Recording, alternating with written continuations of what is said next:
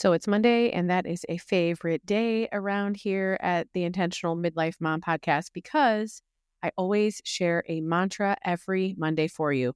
A mantra is an empowering statement. It is a universal truth. It is something that you can hang your hat on throughout the week, come back and revisit to help equip you, energize you, and really keep you based in reality when life tends to kick you around maybe a little bit. So if that ever happens to you, you are going to want to make sure that you are here for every single Monday Mantra podcast. And this one is so needed for today. So let's jump in.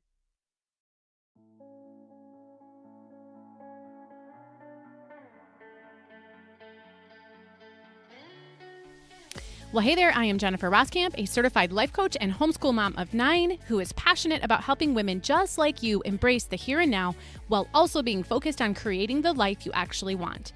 As a midlife mom in her 40s, about to be a mom in my 50s, I've realized that it's so easy to lose yourself in caring for your family, your home, and all the things. Until one day you realize you're not even sure who you are anymore or what you even want in life. So on this podcast, we're going to work on managing yourself well so that you can manage all of the other things and people well too. So let's dive into what it means to manage your home, your time, your family, and yourself well. This is the Intentional Midlife Mom podcast.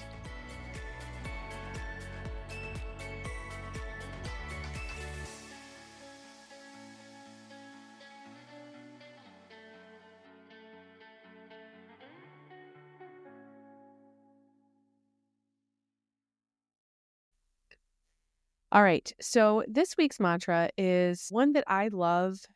I love thinking about. I love sharing it. I found myself sharing this a lot with clients this past week. And it's one that I don't even remind myself of nearly often enough, but I should. And every time I go through my list of mantras, and this one, when I know that I need a specific mantra to meet a specific need for a client, I go to my mantra database.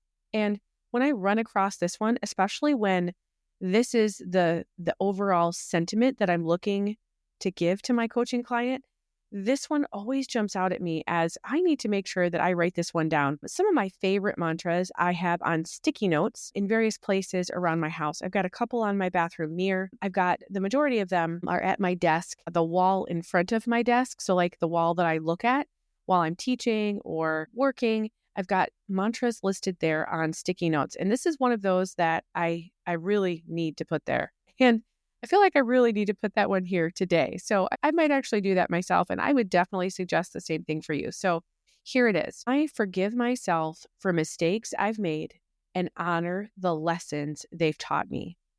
I forgive myself for mistakes I've made and honor the lessons they've taught me. I was reminded of this one last week. I was teaching my level 4 students in my coaching community. It's called Accomplished Lifestyle. That community has been around for 4 years now, and we have a lot of members who have been in here from the beginning. But every year we follow the same annual calendar in terms of the overall themes of what we talk about. And the theme of quarter one, of course, that's where we are right now. The theme of quarter one is reset. I mean, what better time, what better word can we choose for a brand new year for January for quarter one? Reset. And so in the month of January, we are working on reset themed lessons every week. And so last week, the lesson that I gave to the level 4 students was all about resetting the past. That's what it was called, resetting the past. And this mantra was part of that lesson. I forgive myself for mistakes I've made and honor the lessons they've taught me, because that's so true. You would not be who you are today without the lessons from the past. You would not be who you are today without the battle scars of whatever the past has taught you. So often we can use the wisdom, the experience, the mental clarity that we have in the present. So often we make the mistake of using all of those resources to look back on the past and essentially punishing ourselves for not behaving in the past as we would right now with all of the resources that we have now. And so that's really where this mantra steps in and kind of serves as such a good reminder of the fact that There are going to be mistakes that you've made in your past. There are going to be things in your past that you wouldn't do the same thing with today.